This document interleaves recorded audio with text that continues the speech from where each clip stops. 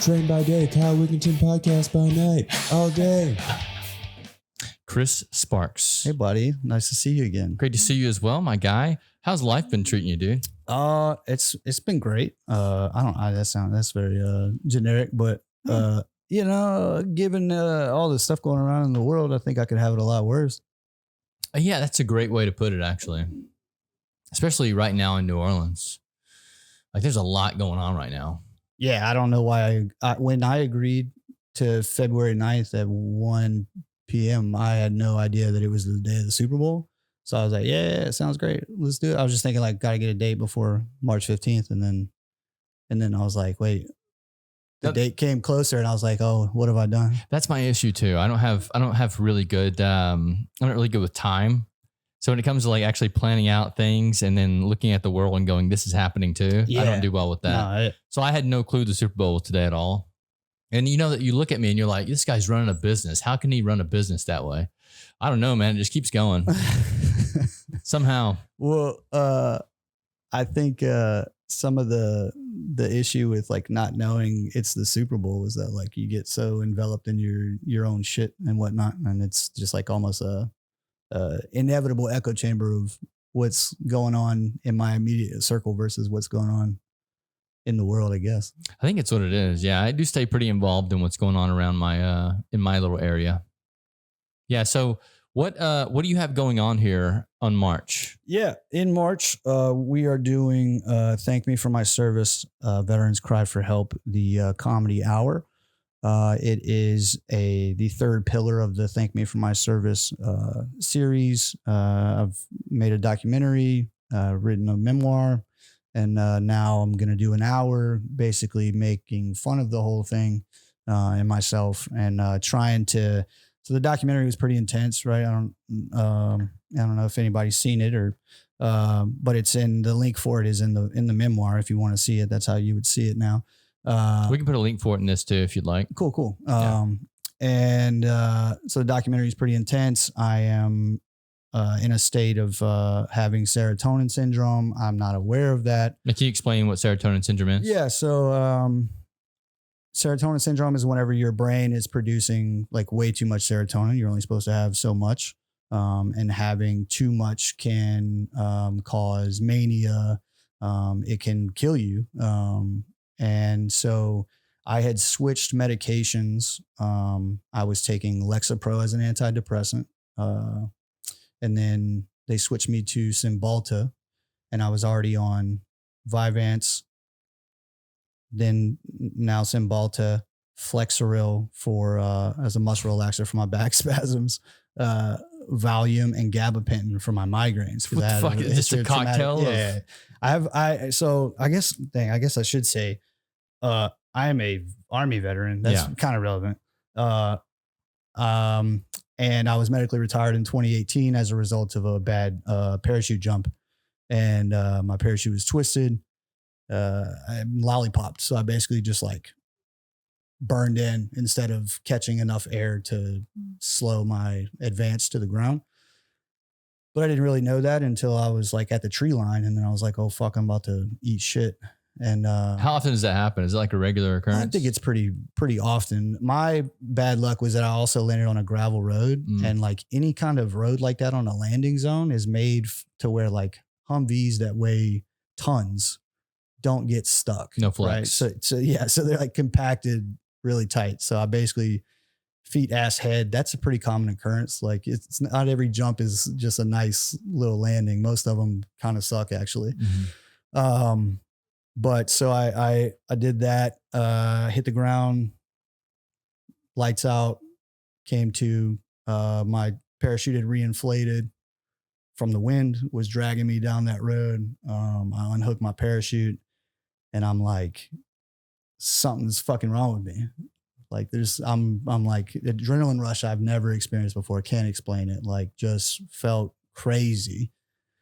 And, I'm cursing at the parachute. I'm cursing at the guy who rigged the parachute. I'm cursing at the airplane. I'm cursing at everything. So you don't pack your own parachute? No. No. Yeah. So like that's kind of sketchy too. Like, so you're, and what happened before that jump too was that you sit in this shed waiting to jump. You go get your parachute, you put it on, you kind of, set yourself up to be inspected by, have a JMPI and have a jump master come and look at your equipment and say, your shit's safe to jump, right?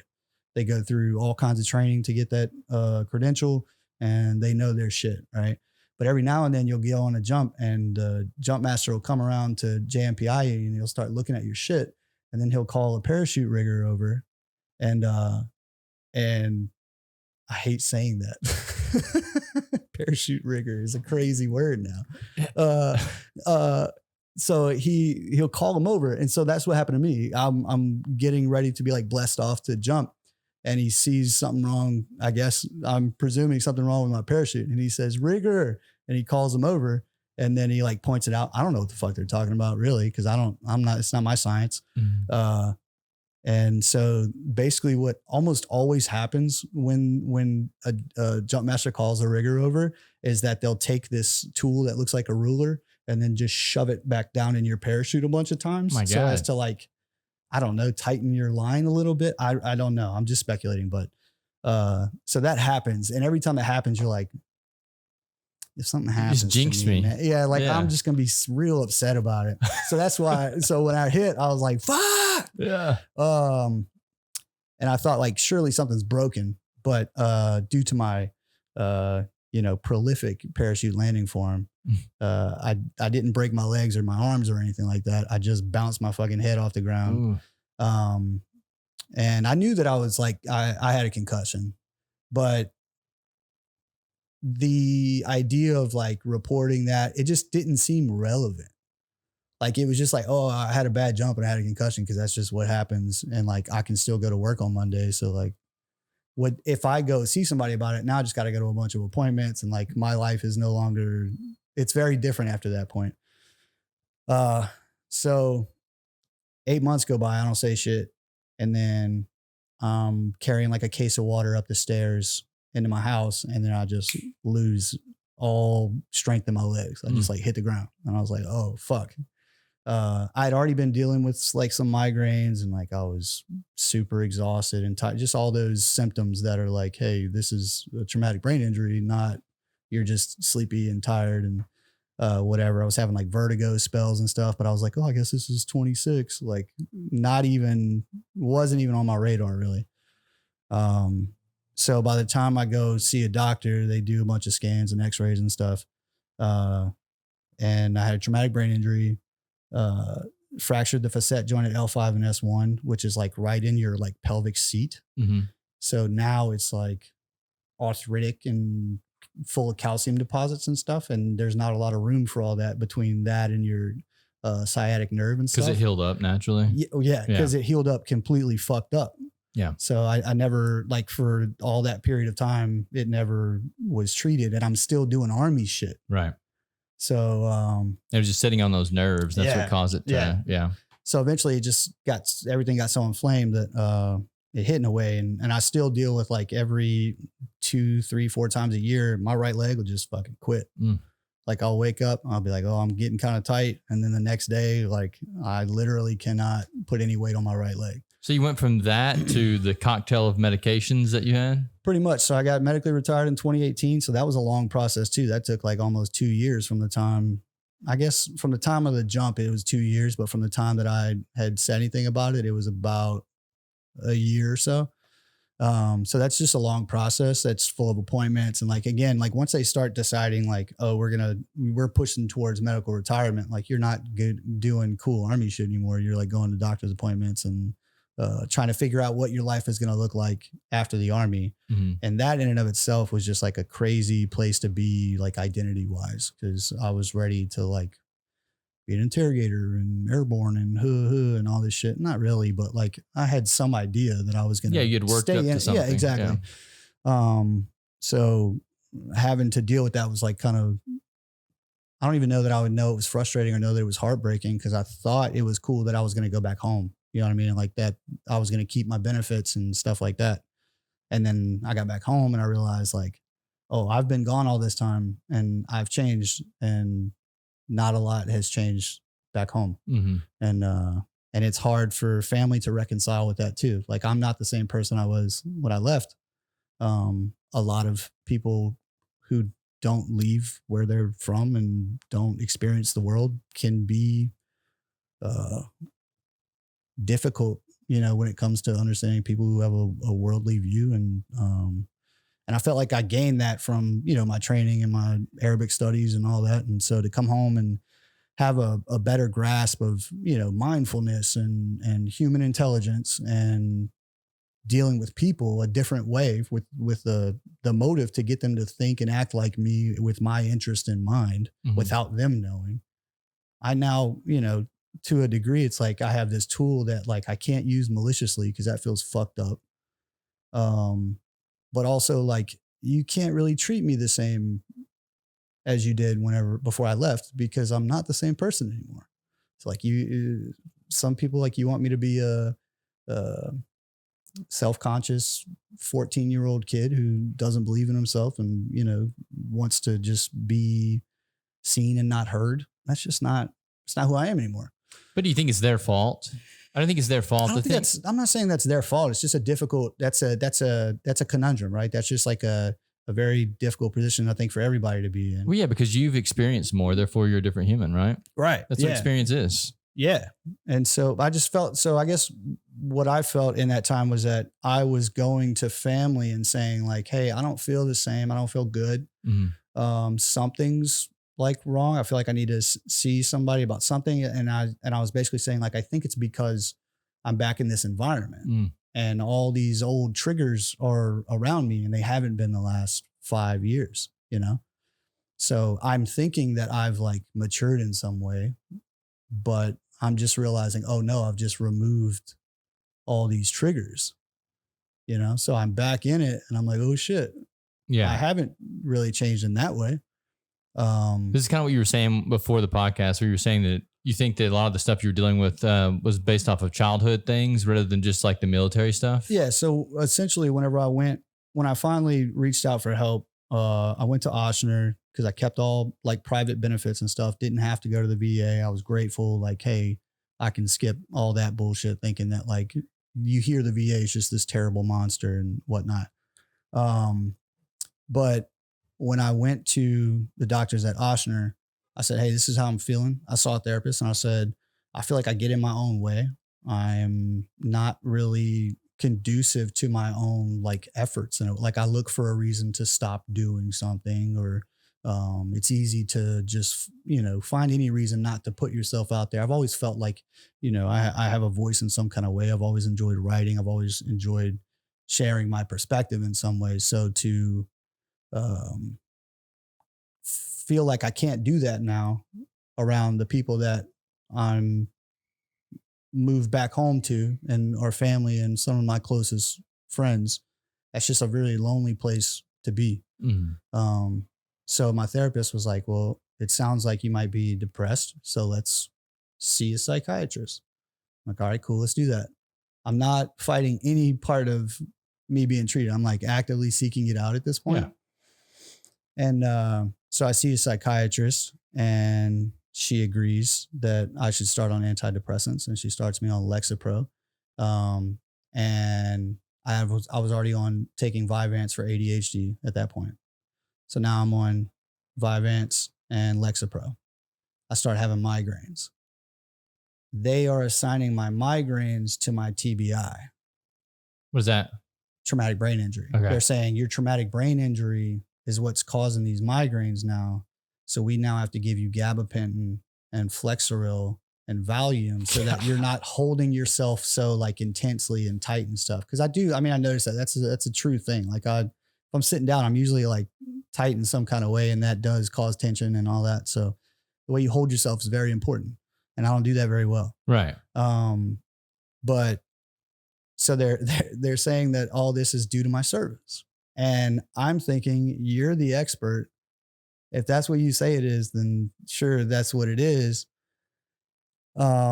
So now 8 months go by, I'm on all those drugs daily, every day. On other drugs, if like I get a migraine, I got to take, sumatriptan or something. I'm going to say a bunch of words that nobody knows what they mean. I have a clue. Like every time an event happens, like if I have a back spasm, then that's another pill that I'm going to have to take to alleviate that, along with these other 5 that I'm taking. So obviously 8 months down the road, I'm down 40 pounds. I look frail as fuck. And I'm in a state of mania that like, I have no idea that I'm in. Yeah. No clue at all. And they're now diagnosing me as bipolar. They're trying to change the diagnoses to bipolar and saying because I'm being manic. And so I'm like, yeah, I'm being manic. I look manic, but I don't think it's because I'm bipolar.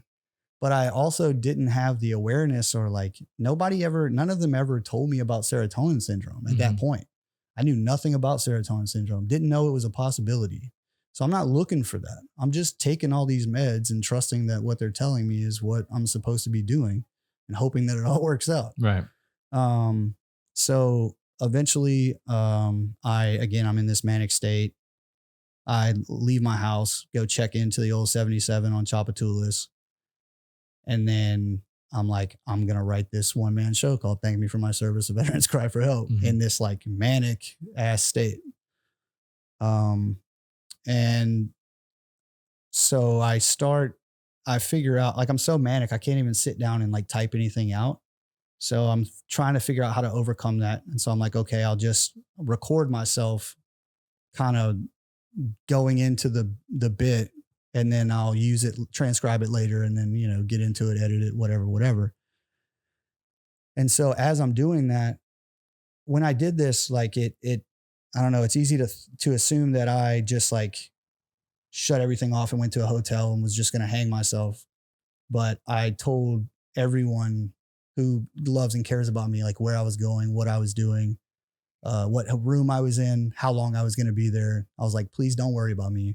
I don't want to have to worry about y'all worrying about me while I'm just trying to work some shit out. And the whole time I'm there, people they're calling me anyway. I'm having to like soothe everyone else's concerns for me. Making the problem worse. Yeah. And I'm growing frustrated, and I'm like, this is my life. This is my problem. I recognize that there's an issue, and you just want me to be good for you so that you can feel better. That doesn't feel like care and concern. That feels like alleviate my own stress so that I don't have to worry about you. So I'm trying to explain this to my psychiatrist. At this point, through 8 months, she and I have met 4 times in person, and maybe for a collective like 2 hours. Sounds like the telemedicine type stuff. Yeah, essentially. So she's like, how's everything going? And I'm like, oh, I don't know. I guess it's going okay. And she's like, all right, great. Well, just let me know if anything changes. And actually, March of 22, I went to my psychiatrist and I said, hey, there is nothing wrong. There's nothing. My therapist would tell me, look for the evidence, right? When I start feeling some type of way, look for the evidence. If it's not there, then you shouldn't feel that way. So I'm telling my psychiatrist, like, I feel like the other shoe's about to drop, but I have no evidence at all. But I don't feel right. I feel some kind of way in my own body, and it feels like something's going to go wrong. And this is you on the cocktail of meds. Yes. Yeah. Yes. I'm saying, like, I don't feel good. Did they not ever think that this could be the problem? The fact that he's on 12 different medications? So I guess they could have gotten to that point, but because of what my reaction was, we never really got a chance to fully flesh it out. So my mom ended up calling my psychiatrist while I was in the hotel because, you know, she was worried about me. That's totally fair. I appreciate that. I'm grateful to have somebody be concerned about me. But she's like such a, I don't know. She's a very captive communicator. Like when she speaks, like it holds weight naturally. So when she called her, to me, in my perspective, it felt like she imprinted all of her like fears and concerns for me onto my psychiatrist. And then my psychiatrist was like, oh shit, I don't know nothing about this kid. He really might kill himself or do something crazy, right?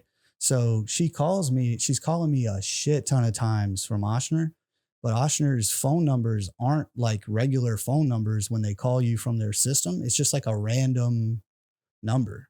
So I'm in this hotel room not to answer the phone, and I'm getting random calls. So I'm not answering. So then I finally answered. I realized that she's trying to call me. Somebody texted me and said, hey, my mom actually called me and said, hey, why don't you want to talk to your psychiatrist? And I said, I don't know what you're talking about. I just had a therapy appointment yesterday and everything was fine. What do you mean? And she said, well, she's been trying to call you because I called her. Right. And I was like, oh, okay. So I call her back and I say, Emily, what's your concern? And she's like, your mom called me and I'm worried that you might be dealing with something. And I need to get eyes on you so that I don't have to file commitment papers to mental health inpatient institution. And that just sent me over the edge. I was like, it's insane that I'm here to try to work on myself. And now I have to stop what I'm doing and go across the lake and spend time with you when that's not really what I'm trying to do. So we're going back and forth on the phone and she says to me over the phone, well, if I get these PEC papers and NOPD has to come pick you up and bring you to UMC to be evaluated, they'll see at UMC that you're okay. And then they'll just let you go home. And I was like, nope. But what a weird protocol. Weird pitch, weird sell. You know what I mean? Like, what are you even trying to sell me on? So I, at that point, I'm also former NOPD, probably love everybody there. Worst job I ever had, for a lot of reasons. But this idea that she's going to tell me that the people that I used to work with are going to come into this hotel. She knows all this too. You know what I mean? It's not like the idea that she's going to tell me all these people that I used to work with are going to come in this hotel, put me in handcuffs, put me in the back of the car, take me to the hospital. That's enough to send you over the edge. Yeah, they're going to see that I'm okay and they're going to let me go home. I've brought so many people to UMC and dropped them off at that facility. Mm-hmm. I've never seen any of them come back out of there. You know what I mean? Like, it's at best case scenario, you're there for hours, right? So I decided at that point, I'll come to your office. I'll satisfy whatever this is for you. But I was like, I'm going to record the whole thing on my phone, just on me, just in case something crazy. Because at this point I feel like, and I'm manic and I'm freaking out, but I feel like if I don't record this, if I don't document this in some way, like, no one's going to believe me. Mm-hmm. Like, no one's going to trust me because I'm being presented in this way. Well, it also sheds a light on what a lot of people are going through that no one realizes now that you're actually publishing this stuff. Yeah. Yeah. I mean, well, so that's kind of my whole shtick, is that, like, all these, military TikTok bros and, dudes just waxing poetic about all these operations and la-di-da. Like, that's just not who we are as a community. That's not who veterans are. Like, that's just a handful of people who had a handful of experiences. And I think to paint us all with that kind of brush is lazy and inefficient. And I felt like that's what my psychiatrist was trying to do. She was trying to just say, like, oh, you're this poor veteran who needs all this help. And I'm saying, like, yeah, but what you're doing for me might not be it. But I'm so outraged at that point that, like, I'm just trying to, like, argue with her in a way that's not helping my case at all. Mm-hmm. So I filmed the session. She admits to saying that, and my therapist is in there with me, and she doesn't say anything to my psychiatrist to, like,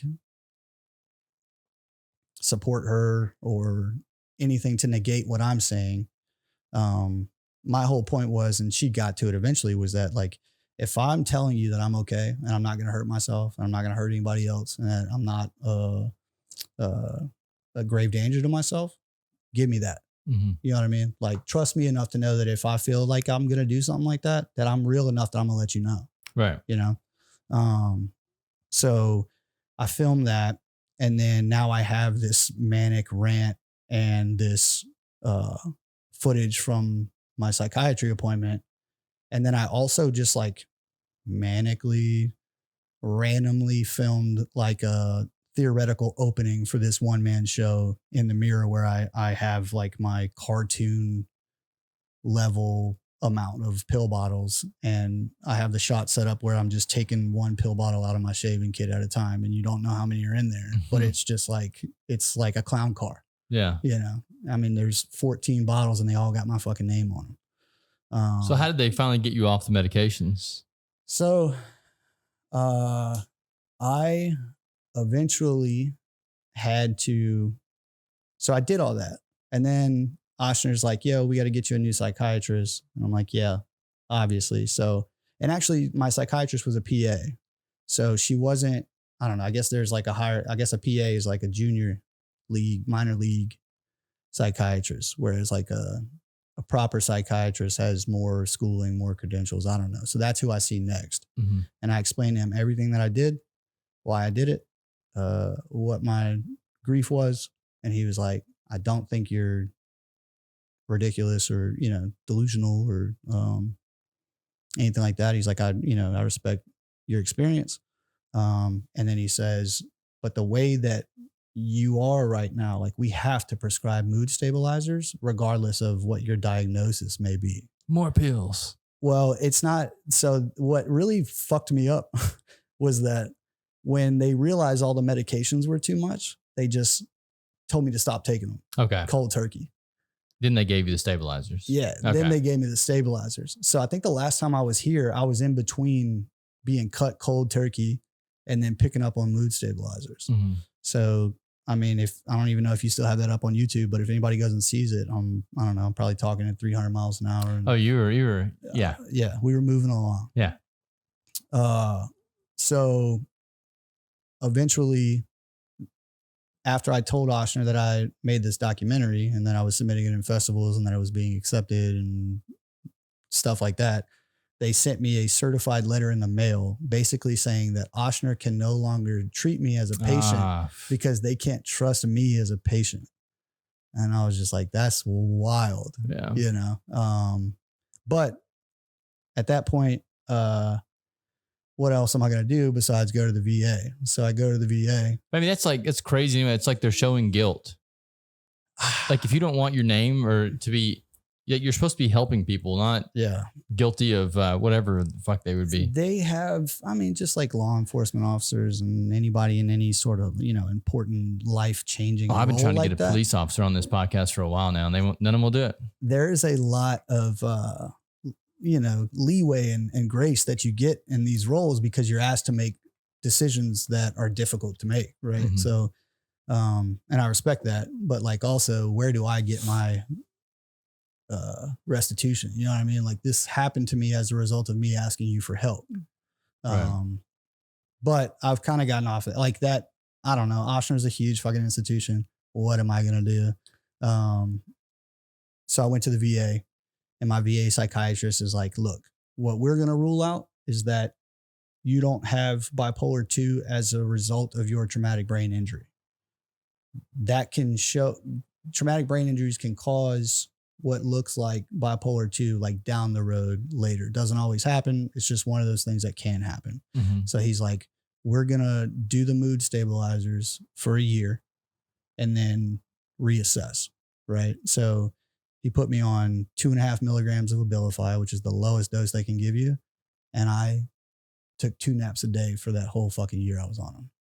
And I was like, bud, I'm trying, but like, this can't be it. Does it make you tired? Yeah, it makes me tired. It like would sedate me in a way, mm-hmm. you know? I've been described as being intense, you know, I can be pretty fucking intense. And I think part of that is my personality. And whenever I'm on the mood stabilizers, it like completely wipes that out. It's like, I'm just passive and I don't have an opinion about a goddamn thing. Mm-hmm. And that's not who I am. So yeah, man, I basically spent a year on my grandmother's couch, like not motivated, I was writing the whole time, but like with no goal in mind. Like I wasn't like, oh, I'm doing, like I was basically like surrendered to this idea that I'm bipolar and I'm wrong about everything. And none of what I've done matters. Because what also happened was like this whole like festival circuit, right? By all technical terms, this film made it into over 30 festivals. Mm-hmm. When I tell you that don't mean shit, it means absolutely nothing. Right. Like it's just an email of some random person saying, congratulations, your shit didn't suck more than everybody else's. And it's not like, I didn't get into Cannes. I didn't get into Sundance. You know what I mean? The film is not it's not an edited, polished thing. It's cuts that take you on an experience that like you don't know, you have no idea what's going to happen next. And it's not fun to watch. I mean, that's the feedback I get from civilians all the time. Like, I don't want to watch this shit again. All my veteran buddies, they get it. You know, I think everybody can identify with the idea that you know who you are, who you've been your entire life. And then it's like all of a sudden people are trying to tell you that you're wrong in a way. Right. Yeah. See, for me, psychedelics changed that. Yeah. I mean, I've read a lot about what that can do to. I mean, I'm all for it. Have you heard of Ibogaine? Ibogaine's a new one that they're studying right now. I think Texas just filed to be able to study it on like a larger scale. But they're finding that it helps a lot of the vets that are coming back because what it does. Is it a mushroom or is it like a lab created? It's a plant. Yeah, it's a plant that grows and it resets the dopamine levels.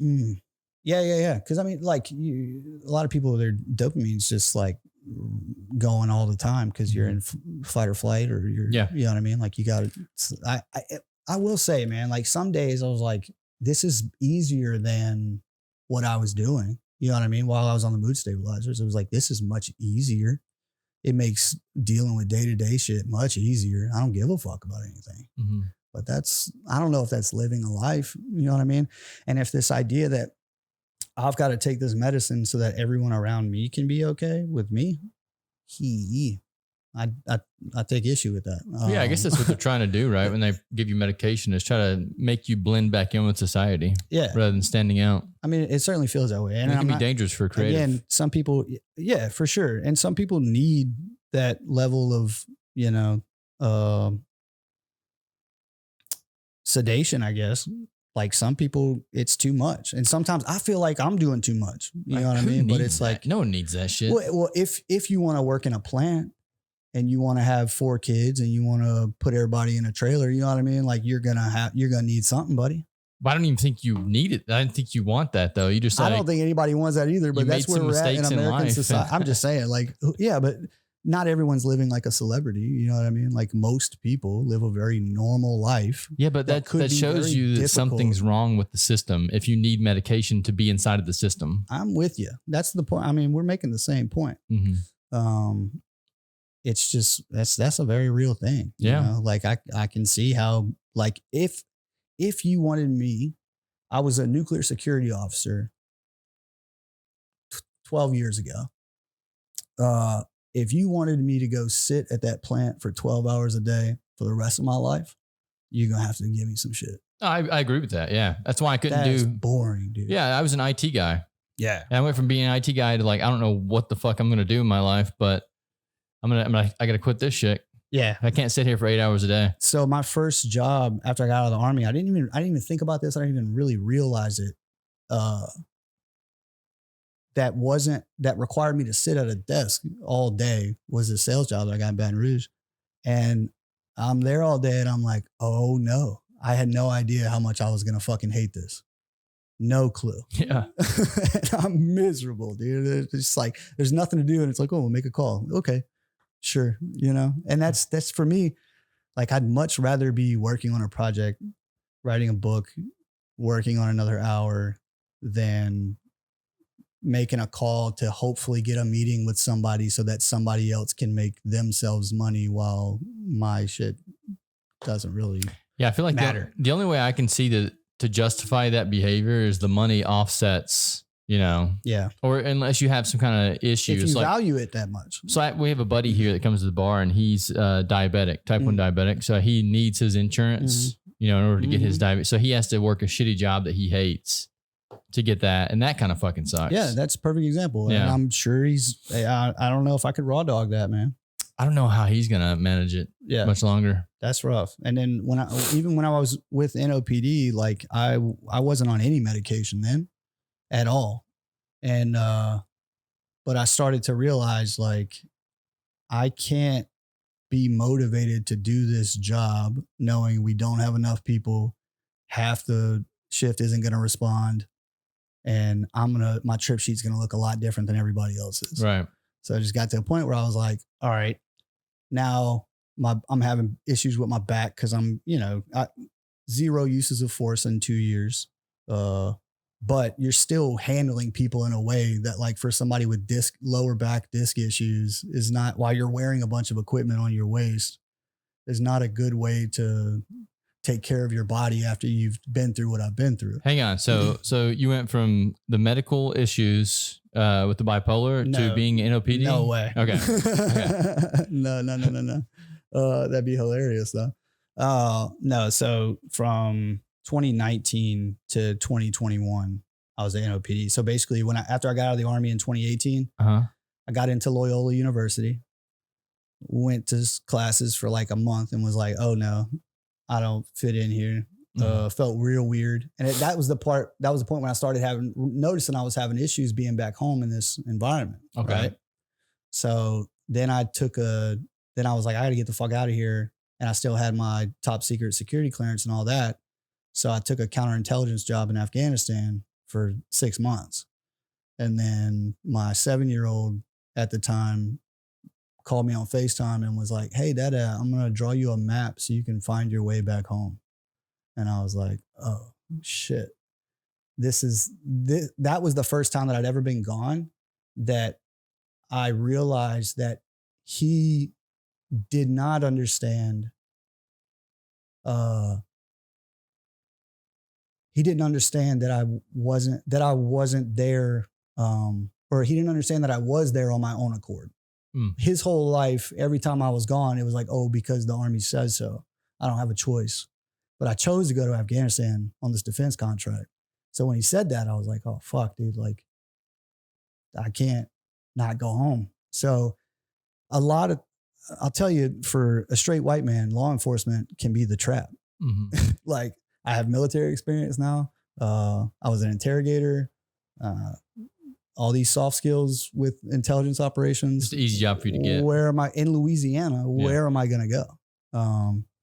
So I just had to go. NOPD paid the most outside of state police. I didn't want to go write tickets all day. Mm. And so I did that long enough to find out that, like, my last shift, I'll tell you exactly what happened. I had a back procedure coming up. I was like, I know this is affecting me in a way negatively, physically. And then my last shift before my procedure, I had a call on Esplanade where this dude was pouring a can of gas all over somebody's front porch and told him he was going to burn that motherfucker down. Yeah. So by the time I get there, they knew this dude. He was like a neighbor down the street. So they knew where he lived and everything. So I had a unit sitting on his house. I'm interviewing all of them, trying to get all the details and stuff. Basically what had happened was they were having like a yard sale. He was walking his dog. His dog went into the yard sale and started pissing all over the stuff they were trying to sell because it's got scent on it, whatever. Dogs do that. But it's your responsibility as an owner to make sure that your dog's not pissing on stuff people are trying to sell. It's kind of inconsiderate. So they brought that up as an issue, and his response was to basically like yell at him. He basically lost his fucking mind. He was like, y'all, you bitch, and then said, I'm going to burn your fucking house down. And then literally went to his apartment, got a can of gas, and then poured that bitch. The call came in from somebody else across the street, called it in and said, hey, I see a dude pouring a can of gas on somebody's fucking house. Mm-hmm. So I fly over there. We get it all set up. I call supervisor on shift. Hey, this is what I got. They tell me to put it in as a disturbing the peace call, not a person's crime. What's the difference? So first of all, disturbing the peace is just a misdemeanor. It's like, I can't even like do anything with the guy at that point. So they basically didn't want you to deal with it. Writing a report and then just, that's it. No consequences basically for this guy at all. And the argument that was made, I pushed back, was supervision. I was like, that doesn't make any sense. Like, the only thing that stopped this house from going up in flames and these people from being burned alive was the fact that nothing was ignited. Once he poured the gas, he's lost control of the situation. You know what I mean? His intent doesn't matter anymore, because if it goes up, it goes up. Mm-hmm. And so my supervisor was like, nope, person's crimes, can't handle that right now. They got too much shit to clear. Make it a disturbing piece. And I said, I don't know if I'm coming back. Yeah, it's one of the issues. So I spoke to a police officer just a couple of days ago. He had to come in the bar and get some footage. Some things happened outside in the street. And I got him the footage and we were just kind of chatting about it. And he, as soon as he walked in, he gave a sigh of relief because I told him, I was like, I don't see what they said happened out there on the camera. And he just like, oh. And I'm like, dude, like, what's the issue? He's like, man, this is going into every one of these situations is a nightmare because it takes so long to deal with them. And if like you don't have the correct footage, and he's just like, no one's going to get in trouble. And like, I don't know. He's like, we got so much on our plate. Well, I mean, this is issues. NOPD so much on our can plate. only make so many arrests, right? And they can't do the, DA side of things. So if somebody's doing something wrong and they get arrested and, the DA doesn't press charges or lets them off or, downgrades it or whatever, then that's really out of NOPD's hands. And that's something, I don't know, I think they're struggling with. That's why I'm trying to get one on the podcast. A good balance. I don't know who you could speak to that knows enough that would actually be honest about it in a way that would benefit the podcast. Well, it's not about benefiting the podcast. It's about benefiting the people of New Orleans. Shedding light on the situation. I just think you're going to have a hard time getting a real conversation about that. Yeah. So I had one a while back with the medical guy and he came on and we blacked out his face and stuff.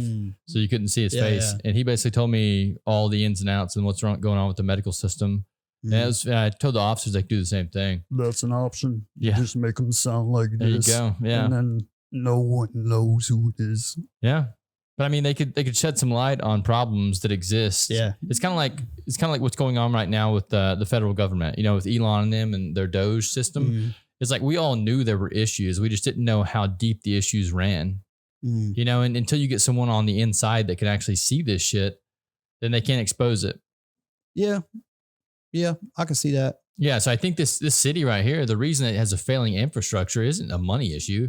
It's the money's going to the wrong places issue. People are scamming the system. I don't know that it's ever really a money issue for like, old money cities like New Orleans, like this idea that we can't come up with enough fun. You know what I mean? Like it's just a reallocation. It's a simple. Yeah. You just have the wrong people in the wrong positions. Yeah.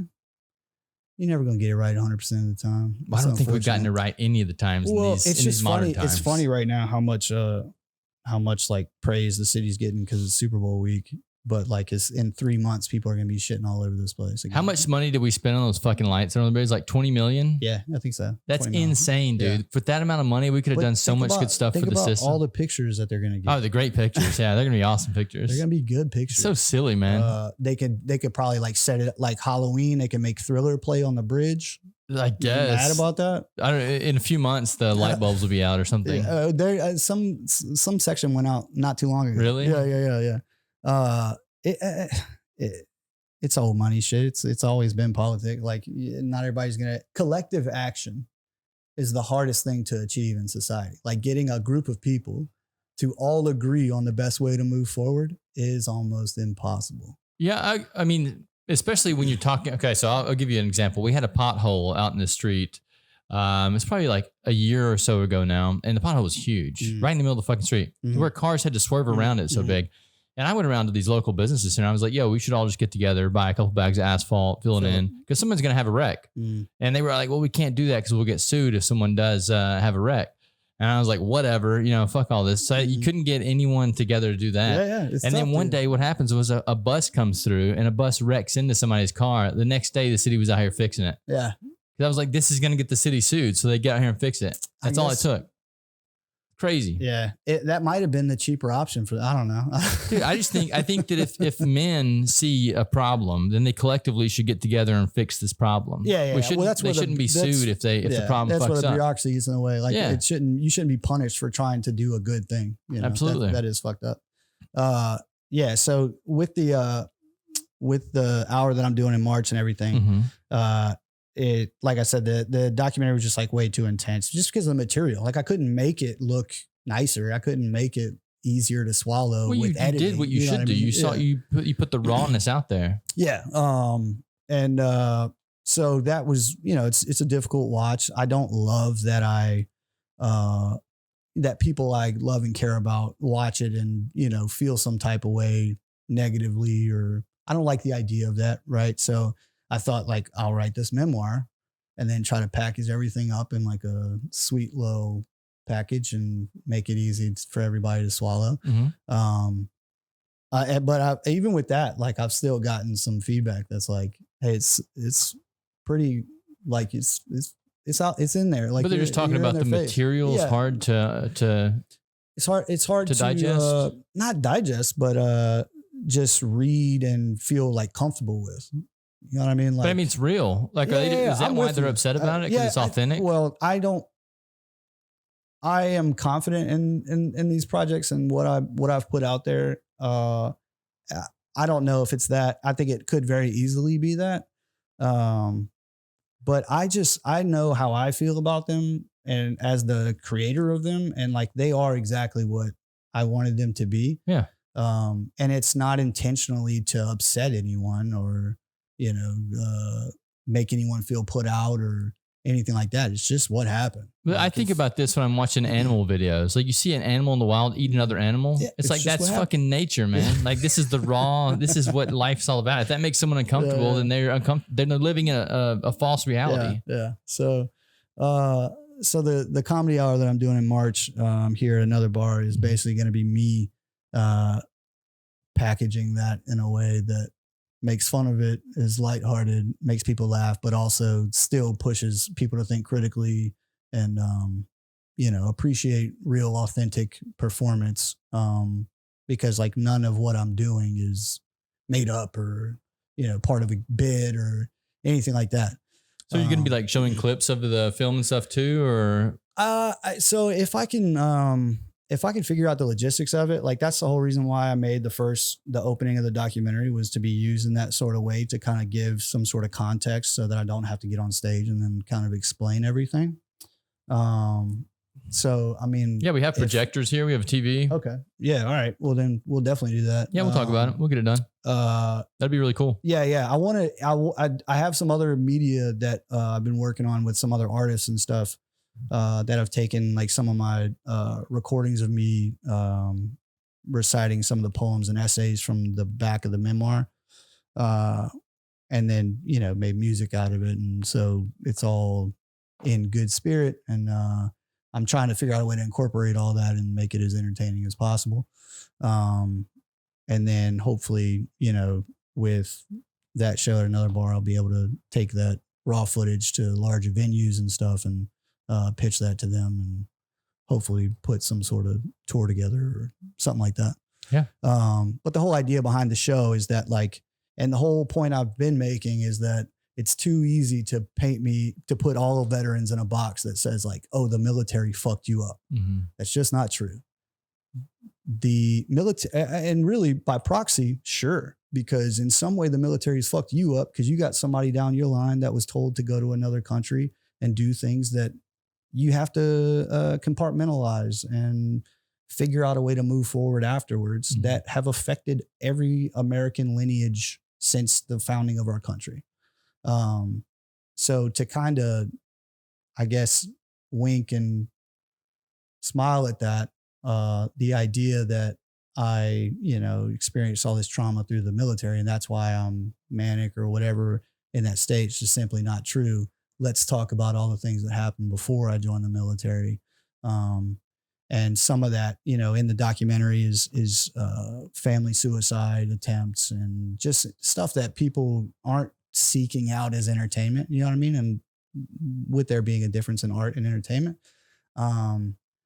So yeah, the show is me trying to make light of it and challenge people's way of thinking and also just make fun of myself in a way that makes sense. And basically say, I have dealt with things my entire life.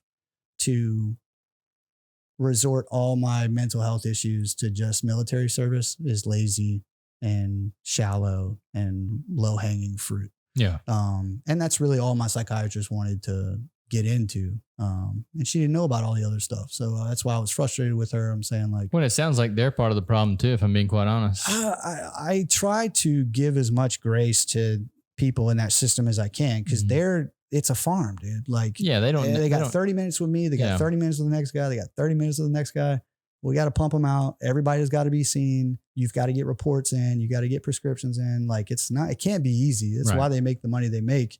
But I think my psychiatrist's reaction to diagnose me bipolar was knee jerk and she didn't zoom out enough to say like, what else could be going on here? Mm-hmm. It was low hanging fruit to say like, oh, he's manic because he's bipolar.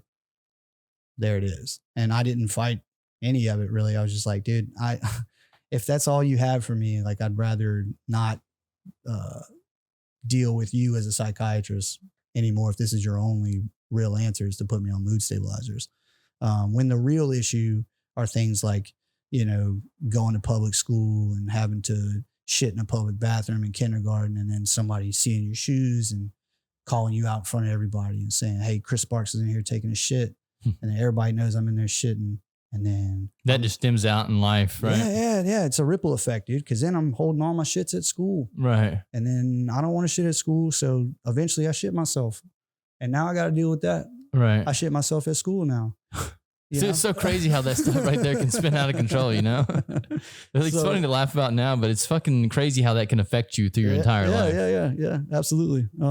So, it's just kind of silly, stupid stuff, anecdotal, true stories. But I mean, it's things that all kids go through as well. Yeah. Right? And that's just it. My whole point with all this shit is that like my story's not unique. I'm not special. I'm not different. I just have the tools to articulate all these things in a way that I feel like most people don't. And so I'm going to take that opportunity to do so. Yeah.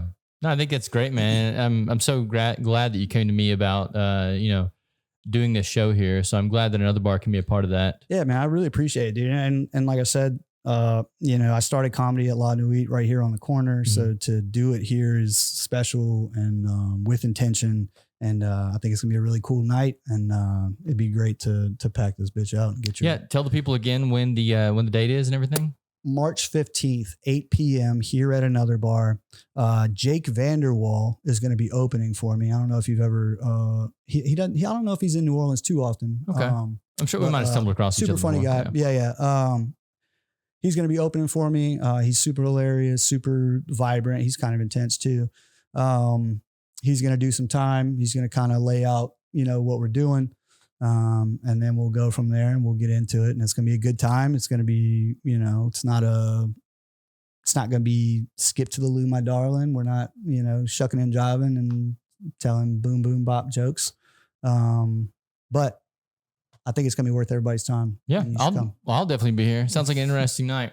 Yeah. Thank you for coming in tonight, Chris. Is there anywhere else people can follow you? Yeah. So I'm on Instagram. My Instagram handle is Mr. Mary Clarence for like Sister Act, except Mr. Mary Clarence. And you can see clips of the documentary on there. The link to the memoir is on there. It's on Amazon. You can find it there. Thank me for my service. A Veteran's Cry for Help. It is a memoir, starting from my earliest memory to as recent as I could make it with any sort of fitting conclusion. And I have a lot of poetry and essays and stuff like that in there too, to kind of, I don't know. I had this element in the documentary where I played snare drums for like 20 minutes just to kind of give everybody a fucking breather. So I feel like I put all these essays and poems at the end of the book to kind of like make everybody feel good and shit after. It was like, it's an intense read. And I mean, it's with intention. I just hope I'm not misunderstood in any way. And that if, people take issue with any stances that I have, that, we could have a conversation. And I mean, as an artist, dude, you want to be misunderstood a little bit. Honestly, dude, I'm so frustrated. I've never been more frustrated as an artist in my life. Because it's like the more you put out, the more opportunity there is for, some angle to come in that just absolutely, dude. Fucking even one of these fucking podcasts, shit. People suck. Yeah. You can't read the comments. That's what you do. Yeah. You don't read the comments. Yeah. Well, I'm having to figure that out on my own. I'm I'm a twin, so like I'm super fucking defensive. I'm a one-upper. So like if you come at me in some kind of way like that, and I'm really not coming at you like that, I'm gonna flip. Yeah. So it's hard for me to, you'll figure it out. Yeah. We'll get there. But thanks for having me, man. Absolutely, dude. Thank you for coming in today. Yep. Ooh, cut that out. We're not going to leave that.